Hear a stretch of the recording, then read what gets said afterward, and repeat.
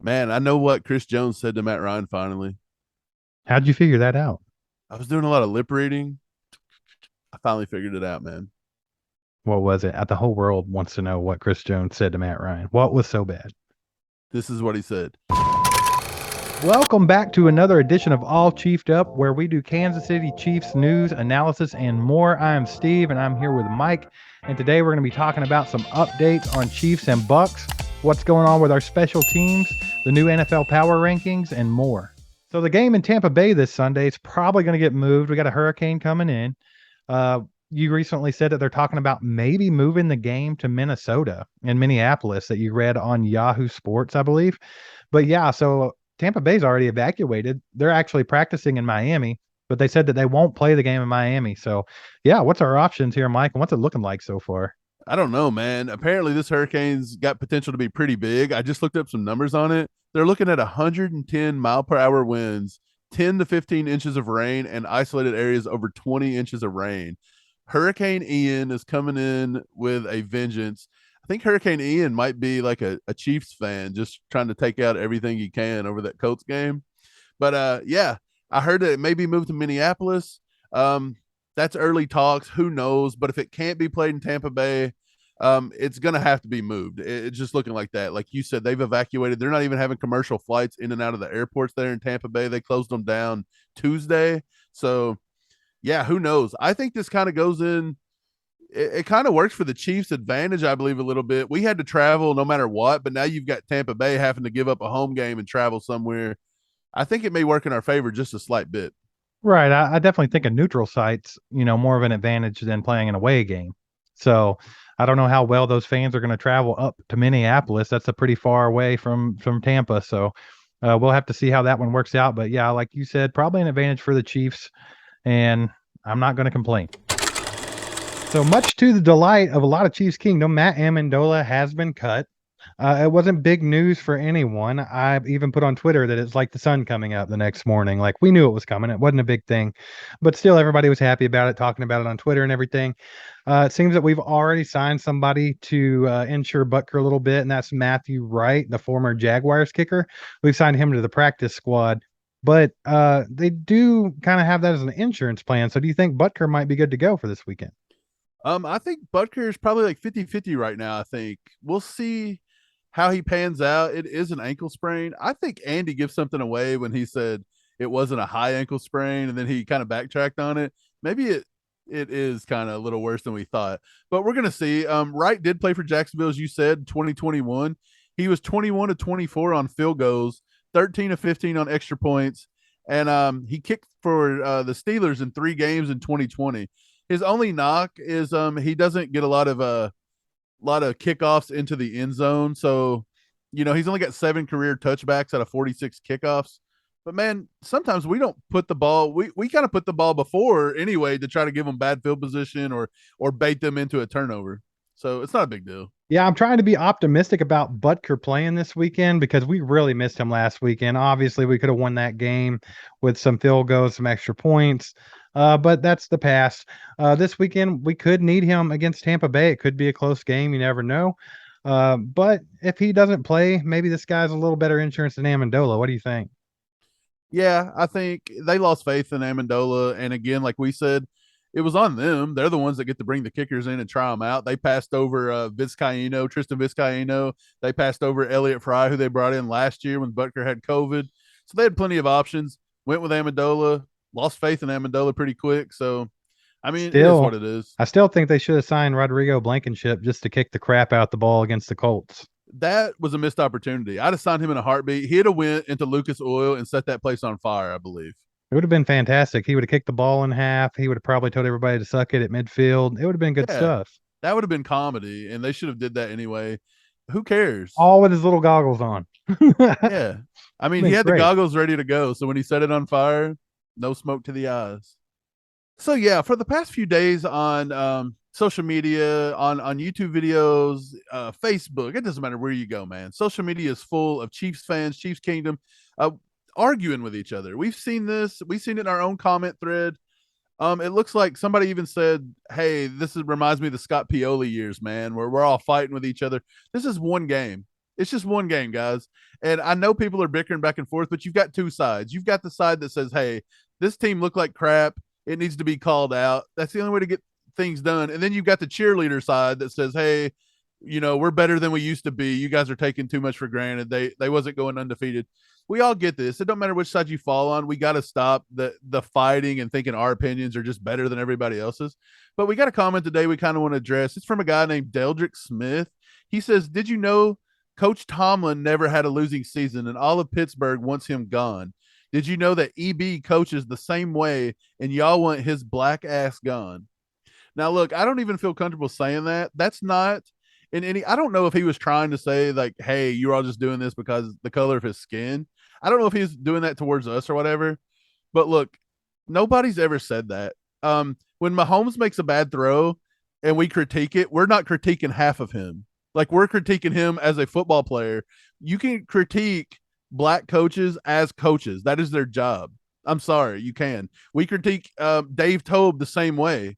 Like, we didn't do that because he was white. To insist on people saying that that's why they're doing something, we've got to get away from doing that and having that as a constant bailout. That demeans the actual progress that is being made on that front. And it's ridiculous, man. And I'm not attacking this guy. Like, he may not have meant that in that way at all, but that's kind of the way I feel like a lot of our fans took it in the comment section. And yeah, man, what do you think, Steve? I just think it's ridiculous. People always dragging things like that into a football conversation. There's no sense in it. I mean, obviously, we're talking about the guy's coaching and the fact that he's arguing with players all the time. Has nothing to do with race, religion, nothing, man. It's just you're a football coach that needs to learn how to get along with his players. That's all we're talking about. And you wanted to make the comparison to Mike Tomlin. We've actually talked about this in a past video before. If Andy Reid were to quit coaching today, Mike Tomlin would be our first man up that we would want in Kansas City. We've said that a million times. So to imply that we meant something racial by saying that Eric Bienemy needs to get out of town, you're just way off base with that. Yeah, Mike Tomlin is one of our personal favorites to take over. Like Steve said, if Andy Reid was to retire tomorrow, Tomlin would be one of my top choices. Now, I'm sure Kansas City would also look to Matt Nagy. They would look in house as well. And if they did take Matt Nagy or over Eric Bieniemy or whoever, to come at him and be like, oh, it's because the color of his skin. I mean, come on, guys. You can't do that. Somebody made the point that, hey, Brian Flores in Miami. Well, look, Miami's succeeding right now. So did they just do that because of the color of his skin? I don't know. Nobody knows that for sure. But I do see the coach right now winning. So on their end, that's a good coaching change. Is it Right. not? So, yeah, I mean, that's just absurd. So to get to that point, Steve, are we trying to get rid of Andy Reid here on this podcast? Like, are we condoning the fire Andy Reid? Is that what we've been saying? That might be the stupidest thing I've ever heard. Like, just because we say that Andy Reid needs to get his team together right now, he needs to get his coordinators together, he might need to make a change of offensive coordinator to make this team progress and get back to what it should be. That's not saying we want Andy Reid out of here. I would take Andy Reid over any coach in the NFL right now, hands down. I wouldn't even think twice about it. So, no, we've never said that we want to get rid of Andy Reid. Yeah, Andy Reid is uh we love Big Red, man. I don't know what to say. Like, he's a good dude, he's a good coach. He's fun to watch. He says listen a lot. I mean, I Listen, don't want to get rid of that. But yeah, but you got to call out when you have some problems, you have to call it out, man. And if Andy uh, Reid's not it, keeping his house clean, let's clean house. right. Yeah. I mean, it's his show, man. He's running this thing. So when it's looking like a circus a little bit, rein it back in, get it together, man. If the enemy is, out of his lane, check him. Do what you got to do. If you think the enemy's being a cancer to the locker room, don't be loyal to the enemy. Be loyal to the franchise that you're coaching. Get him out of here. Whatever you got to do. But that's all we're saying. We're not saying we want to get rid of Andy Reid. That's absurd. Yeah, and that's all we'll say about this subject. I get tired of addressing that with Chiefs fans and everybody else. Like, we just have to be better. Everybody has to do better. Speaking of blunders in week 3, we had another argument with Eric Bieniemy involved. Him and Mahomes got after each other at the end of the first half, much like the AFC Championship game last year. There's been a lot of players coming forward and talking about Eric Bieniemy's attitude and how he is with players. And it's just, where there's smoke, there's fire. At this point, I don't think you can keep putting it off. And a lot of people want to squash it and like, oh, Bieniemy's a great coach and He does what's best for the team and yada yada. Man, it's just way too much for me. I feel like at this point, you have to look closer. Look, Andy Reid come out today and said there wasn't an issue. He even tried to convince us they didn't even argue. Like what Right. we were watching was just completely made up. This guy needs to go get a job at CNN. Basically, Andy Reid comes out and says nothing's going on. Dude, we can see it. There's a rift there. There was a rift there with Cincinnati. You guys tried to cover it up the entire offseason. Bienemy didn't get a coaching job for pretty much probably these kinds of reasons. And then we rehire him back. It's almost a sympathy hiring, is how I felt that was. Bienemy is a good running back coach. I don't know if Bienemy is a good offensive coordinator. I just don't. I I haven't don't seen anything from Eric Bienemy that makes me be like, hey, this dude is great. I don't question his ability to coach the game, but part of coaching is getting along with the players. And Tyreek Hill, he actually came out in his podcast and talked about how when they lost to the Bills last year in the regular season, that Bienemy was just on one, that he cussed them out constantly after that game, just randomly cussed them out and stuff like that. And then you had LaShawn McCoy, who posted on Twitter when right after this fight happened on Sunday that, man, all Eric Bieniemy does is try to argue with players. That's all this guy does. And it's just like I said, where there's smoke, there's fire. We even had Le'Veon Bell who said he'd never play for Andy Reid again. I wonder if that was more about Eric Bieniemy than Andy Reid. Because I mean, if Andy's not doing anything about it, then obviously it's going to start looking bad on him as well. Yeah, I don't understand. I don't think. I mean, there has to be just loyalty there with Andy Reid and Bienemy and the whole Chiefs organization. But I just don't get it. I think it may be time to start looking towards Matt Nagy. I think it might be time to, even Andy and Eric Bieniemy have fought over like play calling at times. I think those two are getting into each other and causing us to not being able to get to any rhythm, be it with the running game, be it with the short passing game. Mahomes looks uncomfortable at times. I just feel like there's something going on, and this play calling is it's a battle. It's a battle between the coaches, it's a battle between the players. Don't tell me Mahomes doesn't know this offensive playbook enough to know what he feels should be happening at certain times. And I feel like Bieniemy's calling something crazy, and Mahomes is just eyeing down receivers because he feels in his heart they should have went deep when they should have went short, or vice versa. And it's a problem, man. I Yeah, just I'm going to say it for a third time. Where there's smoke, there's fire. I think it's time for him to leave. I don't think that we should push him down to running backs coach and have Matt Nagy take offensive coordinator. I think we need to get him out. I think he's a cancer to the locker room. I don't think the guys get along with him. I think he gives the whole team a bad vibe of chemistry. It's just time to go, man. Just give it to Matt Nagy. We know we didn't bring him in to be the quarterback coach anyway. This is a planned move. And the only reason that we signed back Eric Bieniemy is because we felt sorry for him that he couldn't land a head coaching job. And you think that he only didn't land a head coaching job because of bad interviewing? No, these players talk, man. These words get around. And there's a reason why Eric Bieniemy ain't getting a head coaching job. But I think it's time for him to just go out and do his own thing. right. So if you guys believe what Steve's saying is true, get down to the comment section. Let us know what you think about Eric Bieniemy. I'm curious to see what Chiefs Kingdom thinks about this. Do you guys think he should stick around for the season? Do you think he should be demoted to running backs coach, or do you think he should just be shown the door? Let us know in the comments. So the NFL released their new power rankings today, just a few hours back. It's looking a little weird, man. It's not what you would expect it to look like at this point in the season. But they actually have the Philadelphia Eagles at the top of the power rankings. So they are at 3-0. They do look pretty good so far, a good young team. But then after them is Buffalo at number 2, number 3, Miami. And the Chiefs have fallen all the way down to number 5. They actually put the Green Bay Packers ahead of them after that loss to the Colts. So just looking through that a little bit, this is not where we expected to be at this point in the season, is it, Mike? Yes and no. When we started the season, we thought the defense was going to take a little longer to gel. We thought our offense would struggle. Boy, they proved that one. But yeah, so we kind of didn't know how he was going to start. We had a very tough schedule to get going. We said it's possible we could have been 0-3 at this point, or 1-2 easily. So being 2-1, I know the Colts game was a bad loss, but again, I still think the Colts are better than they looked at 0-2 coming into that game on Sunday. They were just better than that. I think they're gonna, if you're in the AFC South, you're gonna fight for a playoff, berth with what 8 wins.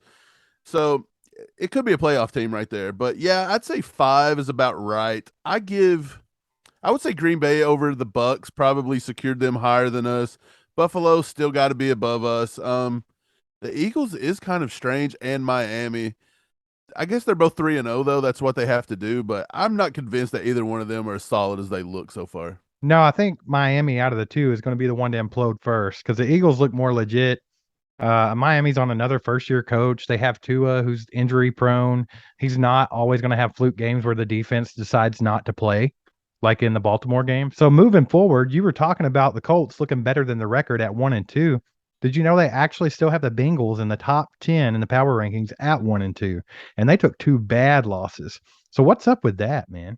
It's the Joe Burrow effect, man. He had one good game out of three, and now they're suddenly over the hump and they're legit.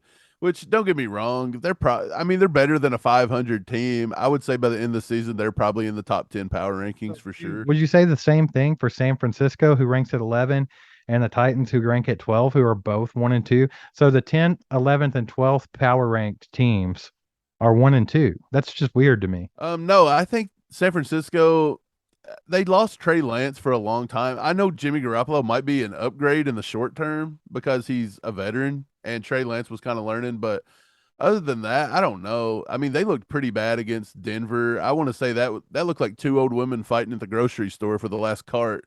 But other than that, I don't know. I don't think they look that good. I don't think they're a top. I don't think they should even sniff the top 10. No, and the Titans, they actually were ranked 20th and moved all the way up to 12 after they won the game this last weekend.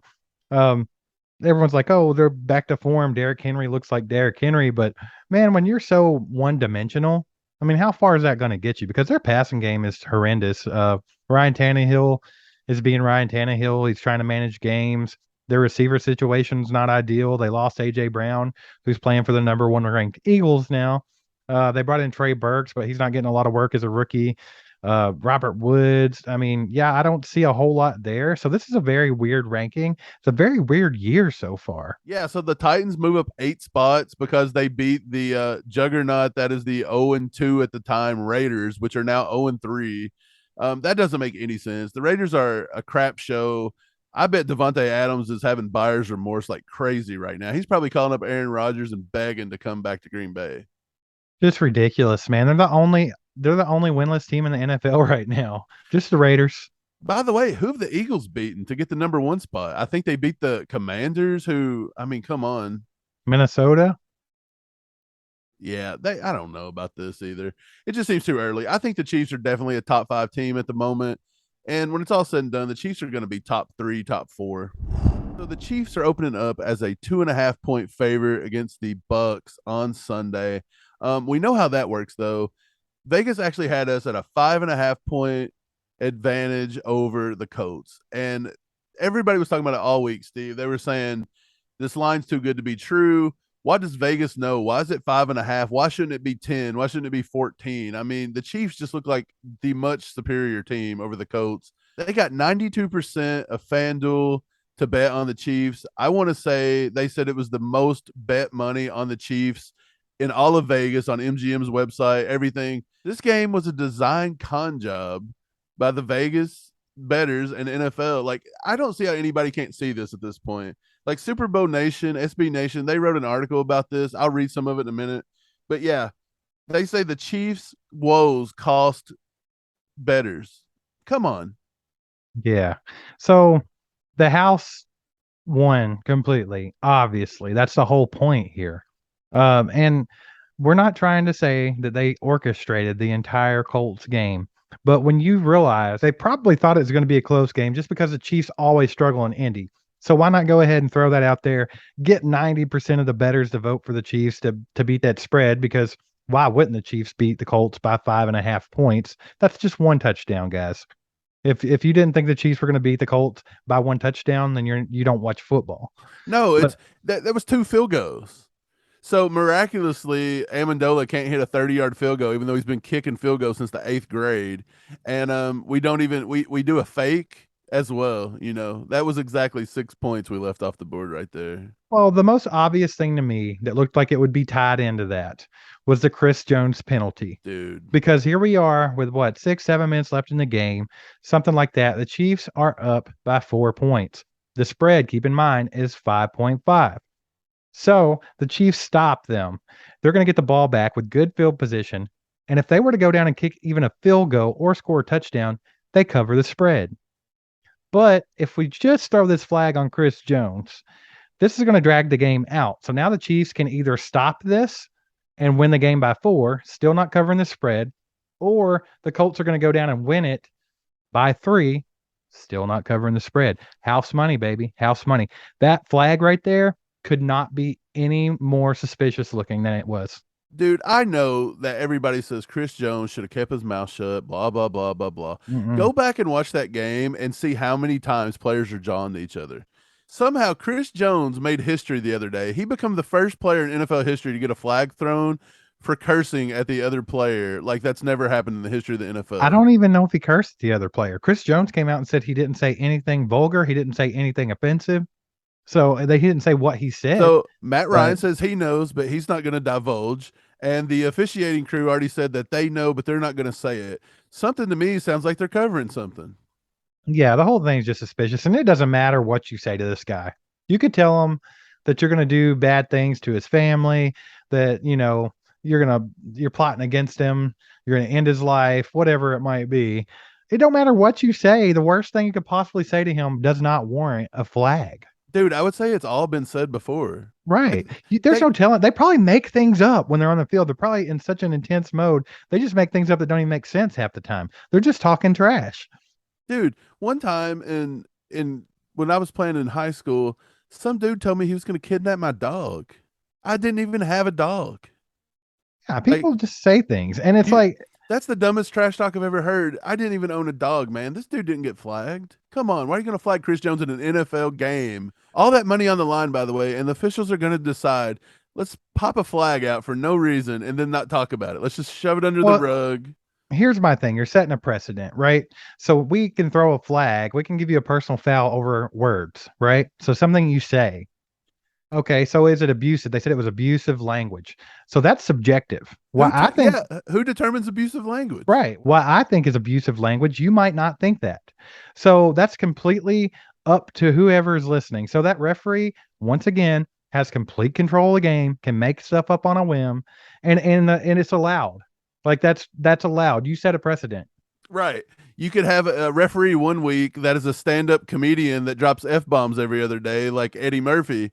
Or the next week you get Bobby Jenkins, a Southern Baptist from the South, and Yeah. he don't want to talk, he don't want to hear nothing. He So he you rode a can't, horse in from his church service to right. the football game. So can we get a handbook now with what words are allowed to be said and what words aren't? Like, do we get a list of curse words? Like, Look, where's the NFL going with this? anyone blaming this game on Chris Jones does not know the game of football.